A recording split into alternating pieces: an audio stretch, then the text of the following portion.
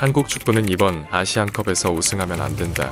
다소 논란이 될 수도 있는 강한 어조의 발언을 한국 축구의 보물 손흥민 선수의 아버지인 손흥정 씨가 하셨습니다. 그는 명망 있는 지도자로서 현재 춘천에서 손풋볼 아카데미를 운영하며 국내 축구의 유소년 발전에 힘쓰고 있는데요. 그가 이번 아시안컵에서 한국은 우승해서는 안 된다라는 발언을 해 한국뿐만 아니라 일본에서도 화제가 되었습니다. 어떤 의도로 이와 같은 말을 하셨는지 또 이 발언에 대한 소식을 들은 일본 네티즌들의 반응까지 함께 살펴보겠습니다. 구독자 5,000명을 달성하기 위해 간절하게 노력하고 있습니다. 다른 거짓된 유튜버들과는 다른 사실만을 다루는 채널이며 한국인들의 반가운 소식을 공유하고 함께 기뻐할 수 있는 채널을 만드는 것이 목표입니다. 저를 믿어주셔서 구독해주시면 정말 감사하겠습니다. 카타르 아시안컵이 코앞에 다가온 가운데 팬들의 기대감은 하늘을 찌르고 있습니다. 그러나 손흥정 선생님은 이번 대회를 둘러싼 한국 축구계의 열기 속에서 한 걸음 뒤로 물러나 고민하게 하는 중요한 질문과 발언을 연합뉴스와의 인터뷰에서 하셨고 이를 조명해보고자 합니다. 개개인의 기량을 볼 때 한국은 아직 일본에 이기지 못하고 있다.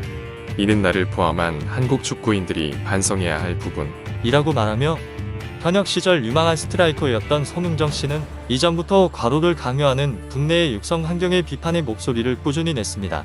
그래서 그는 아시아 재패라는 단기적인 결과에만 집착해서는 안 된다고 주장합니다.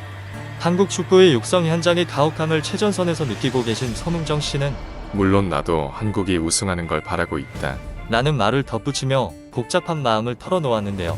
그는 다음 세대의 준비가 충분하지 않은 상태에서 우승하게 되면 그 결과만이 주목받게 되어 현재 상태에서 변화가 생기지 않을까 걱정된다. 그렇게 되면 한국 축구계가 병에 빠질 수도 있다고 생각한다. 만약 빈약한 실력으로 일본을 이겼다 해도 그것은 자기 자신에 대한 거짓말이 될 것이다. 차분히 보아 이번 대회는 우승해서는 안 될 것이다.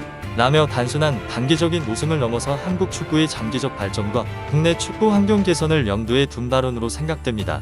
이는 유소년 선수 육성의 최전방에서 몸소 부딪히며 얻은 손흥정 씨의 경험에서 우러나온 조언으로 당장의 승리보다 더 깊은 미래를 준비해야 하며 한국의 유소년 시스템을 개선해야만 한다라는 말씀 같습니다.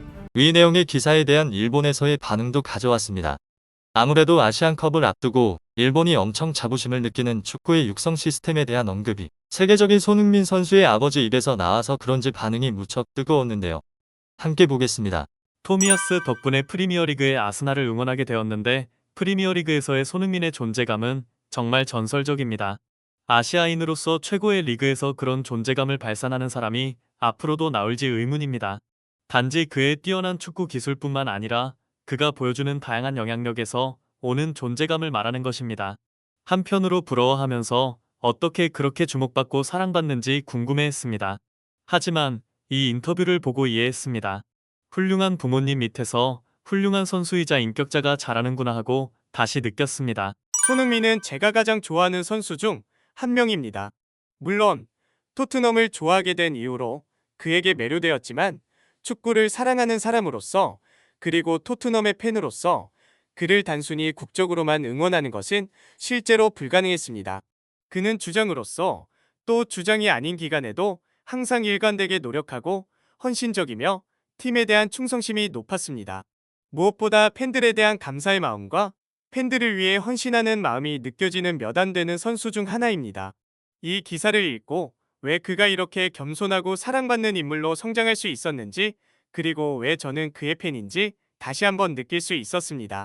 손흥민, 황희찬, 김민재가 현재 한국의 톱플레이어일 텐데 그들이 한국 축구 육성의 결과인지 아니면 단지 드문 재능으로 우연히 등장한 것인지 일본도 한국도 톱은 유럽 5대 리그에서 주전 출전하는 선수들이 나와 서로 비슷하게 보일 수 있지만 대표팀 전체를 봤을 때 그들을 제외한 다른 선수들의 수준에서 일본이 한국보다 우위에 있다고 할 수 있습니다.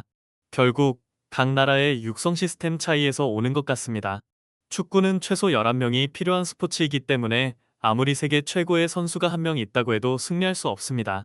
11명의 실력을 전체적으로 향상시키지 않으면 경기에서 이길 수 없는데 그런 면에서 일본의 육성 시스템이 한국보다 더 잘 되어가고 있는 것 같습니다. 어린이의 육성 환경과 J리그와 K리그의 차이를 고려하면 유럽 선수층의 차이가 생기는 것은 당연합니다. 노르웨이 대표팀이나 이집트 대표팀, 폴란드 대표팀처럼 소수의 월드 클래스만으로는 세계에서 이기기 어렵다는 것이 명확해졌습니다. 상위를 지향하는 국가는 어쩔 수 없이 선수층을 두껍게 해야 합니다. 그리고 한국은 박지성부터 시작해서 우수한 선수를 배출하고 있지만 K리그 출신자가 김민재를 제외하고 거의 없다는 것도 조금 신경 쓰입니다. 정말로 재현성이 있는지 우연인지 판단하기 어렵습니다. 손흥민 은퇴 후의 세대에서 이강인을 이은 선수가 홍현석과 정우영이라는 것도 다소 의존하기 어렵습니다. 무엇보다 국면제 혜택 대회인 아시아 게임에서 지면 그 세대의 한국 대표팀의 암흑기가 찾아오는 것도 힘든 점입니다. 손흥민의 아버지가 말씀하신 것처럼 발밑을 제대로 다지지 않으면 한국 축구계는 줄타기하며 위태로운 상황이 될 것입니다. 많은 생각을 하게 만드는 말이었습니다. 한국이 아시아컵에서 우승하면 환희에 차 있겠지만 그것은 한국 내의 문제들을 간과하는 결과가 될 것입니다. 일본에는 승리에 도취되지 말고 투구의 끈을 조이라는 말이 있습니다. 성격상 기쁨에 휩싸이기 쉬운 한국의 특성이라고 잠시 생각했지만 분명 그렇지 않다고 다시 생각했습니다. 우리 일본인들도 기쁨에 도취되는 문화입니다. 아버지의 말씀의 진정한 의미를 한마디로 표현하자면 겸손이라는 단어가 떠오릅니다. 이 관점을 일본에 적용해보면 일본은 현재 세계를 목표로 하는 위치에 있기 때문에 아시아컵 우승은 일본의 잘못된 감정을 일으키지 않을 것입니다. 일본은 현재의 성과에 우리는 이미 환희에 차 있으며 무엇인가를 간과하고 있지 않을까 하는 시점에 이르러야 합니다. 물론 성과는 자랑스럽게 자부심을 가지되 좋은 아이디어는 욕심내서 활용하고 싶습니다. 손은 한국의 유스기관도 K리그도 거치지 않고 어린 시절부터 아버지의 지도로 이렇게 성장한 것으로 유명합니다. 침착하게 사물을 분석하면서 할 일을 언어화할 수 있는 손의 아버지는 분명 뛰어난 분일 것입니다. 흥민의 아버지는 정말 대단합니다. 중장기적인 전략으로 사물을 바라보고 단기적인 결과에만 크게 동요하지 않는 것, 차분하게 목표해야 할 상대를 분석하는 것은 중요하죠. 인류의 아버지는 인류의 자녀를 교육할 수 있으니까요. 역시 세계적인 선수를 육성한 사람답게 현재 상황을 객관적으로 파악하고 계시네요. 특히 선수 육성에 대한 현재 상황에 대한 걱정하는 부분은 맞다고 생각합니다. 한국은 중국처럼 엘리트 육성 방식이라 어려움이 있어요.